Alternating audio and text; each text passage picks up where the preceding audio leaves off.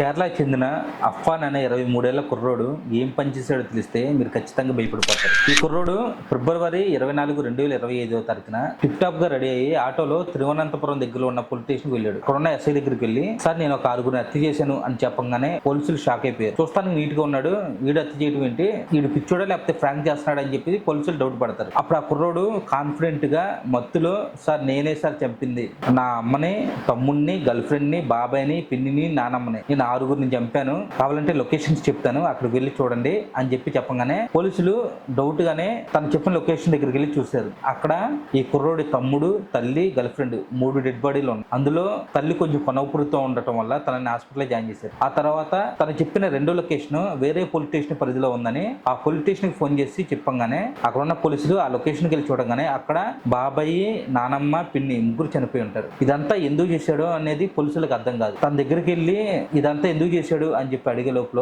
అతను ఒక ట్విస్ట్ ఇచ్చాడు. అదేంటంటే తను ఆల్రెడీ విషయం తాగానని, మరి కొద్దిసేపట్లో తను చచ్చిపోబోతున్నానని అని చెప్పగానే పోలీసులు షాక్ అయిపోయి అతన్ని హాస్పిటల్లో జాయిన్ చేశారు.